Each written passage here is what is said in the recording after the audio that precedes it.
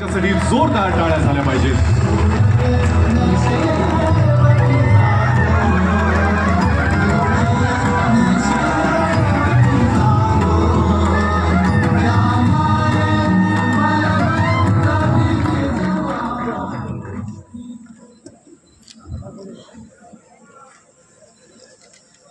नमस्कार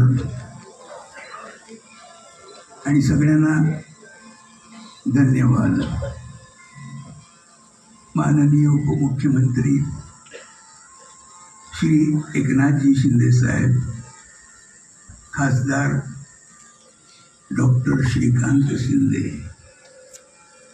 स्टेजवरचे माझे सगळे कलाकार मित्र आणि मैत्रिणी, या सगळ्यांना माझा मानाचा नमस्कार.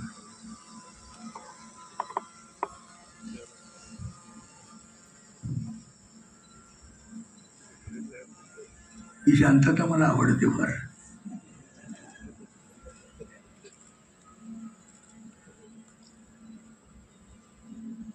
आपली जी नगरी आहे ही फार मोठी नगरी आहे आणि त्या नगरीमध्ये एक मोठं मंदिर आहे, एक शिवमंदिर. आणि ते शिवमंदिर या शहराची एक शान आहे असं मला वाटतं. फार जुनं आहे ते, म्हणजे अगदी 1200-1300 या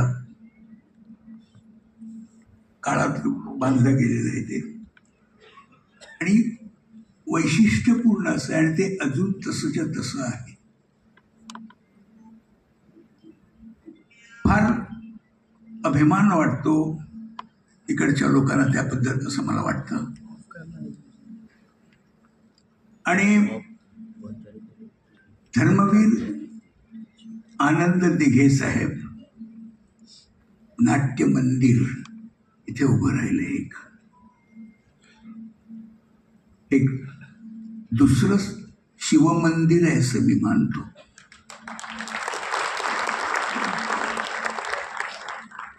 ज्या तऱ्हेने तुम्हाला त्या जुन्या शिवमंदिराचा आदर आहे, तसाच या शिवमंदिराचा सुद्धा आदर करा.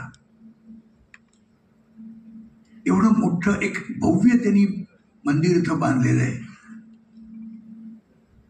की मला वाटतं दुसरीकडे एवढं भव्य मंदिर नसेल असा माझा अंदाज आहे. आतापर्यंत बरीच थिएटर्स झाली, चांगली चालली, चांगले प्रयोग होतात, पण एक तिकडे मात्र सतत ओरड सुरू असते की स्वच्छता राहत नाही.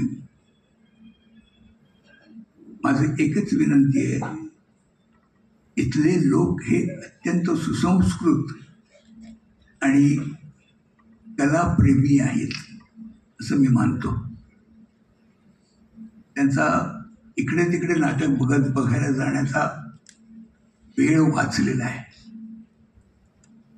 त्या लोकांनी हे नाट्य मंदिर जास्तीत जास्त स्वच्छ ठेवण्याचा जर प्रयत्न केला तर ते बरं होईल असं मला वाटतं.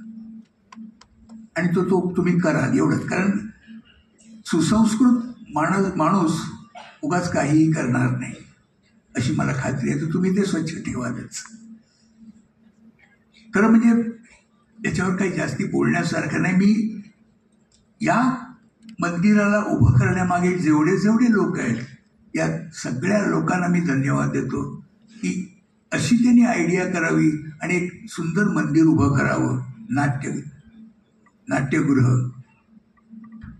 या शहराला नाट्यगृहाची एक जरुरी होती. इथे ते पाहिजे होतं, कारण इथं गुणग्राहक लोक बरेच आहेत असं मला वाटतं. मग अशी बऱ्याच जणांची भाषणं झाली. त्यामध्ये आपले मकरंद नासपुरे साहेब म्हणाले, अनुस्वाराला महत्व आहे. त्रिकालाबाधित सत्य आहे हो हे. अनुस्वार हा एखाद्या गंधासारखा आहे. तो नीट दिला गेला तरच त्या वास्तूला महत्व राहतं. ते म्हणाले रग म्हणतो आपण, रग, पण अनुस्वार दिला तर तो रंग होतो. फार छान गोष्ट आहे, फारच छान. पण मी घाबरलो. मला वाटलं आता तो म्हणतो की काय, गाडी नावाचा पण एक शब्द आहे.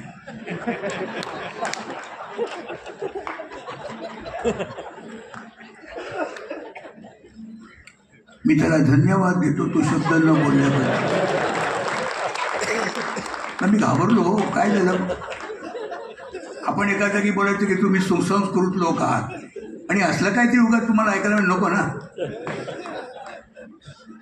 ऐक, विनोद झाला आणि काय नाही. बराच तुम्ही ऐकलं, तुम्ही इतकी गंभीर बसला होता तर मी बोलत असताना तेव्हा मला वाटलं जरा का कुठेतरी उगाच टिचकी मारावी. पण छान आहे, नशीब आहे तुमचं इकडे, की नशीब आहे तुम्हाला एक सुंदर थिएटर मिळालं इकडे. तुम्हाला नाटक इथे आरामात बसून कसलीही धावपळ न करता बघायला मिळेल. हे नाटकगृह कसं चांगलं राहील हे तुम्ही बघा आता याच्या पुढे. याच्याबद्दल मी काही बोलणार नाही आहे. फक्त मी तुम्हाला धन्यवाद देतो की म्हणजे मी तुम्हाला म्हणजे मुख्यत्वे करून एकनाथ शिंदे साहेबांना आणि श्रीकांत साहेबांना धन्यवाद देईन की त्यांच्या मनात हा विचार आला आणि त्यांनी तो मूर्त स्वरूपात उभा केला. छान गोष्ट आहे. आणखी एक महत्त्वाची गोष्ट मला अशी वाटते की या प्रसंगाला मीही एक साक्षीदार आहे. मलाही त्यांनी इथं बोलवलं. शिंदे साहेबांनी मला यथोचित मान दिला असं मी म्हणेन. म्हणजे अक्षरशः मला ते, मी त्यांच्यावर असावं म्हणून मला ओढत होते अक्षरशः. मला सगळं मजा वाटली त्या गोष्टीची आणि त्याबद्दल मी मनोमन खुश झालो की एका मोठ्या नाट्यमंदिराला च्या पायाच्यामध्ये सुरुवात जेव्हा होते तेव्हा मी इथे उपस्थित आहे आणि मी याला साक्षी आहे. मी कधीही जर जमलं, आता नाटक बघू कधी करीन मी, पण ते जेव्हा जमलं तर मी इथे नाटक प्रयोगासाठी निश्चितच येईन. पण एरवी सुद्धा कधीतरी नाटक बघायला येईल. तुम्हाला सगळ्या लोकांना माझे धन्यवाद आहेत. तुम्ही असेच या लोकांच्या पाठीवर उभे राहा. जास्तीत जास्त चांगली नाटकं इथे सादर करा आणि नाट्यकलेला जास्तीत जास्त तुम्ही प्रोत्साहन द्या. आणि प्रोत्साहनाशिवाय काही साध्य होत नाही. तुम्ही या सगळ्या कलाकारांच्या मागे जर उभे राहिलात त्याच्यासारखी चांगली गोष्ट नसेल. बस मला आणि काय नाही सांगायचं आहे. मी तुम्हाला नेहमीच धन्यवाद देईन. तुम्ही सतर्क राहा. Thank you very much. Thanks a lot.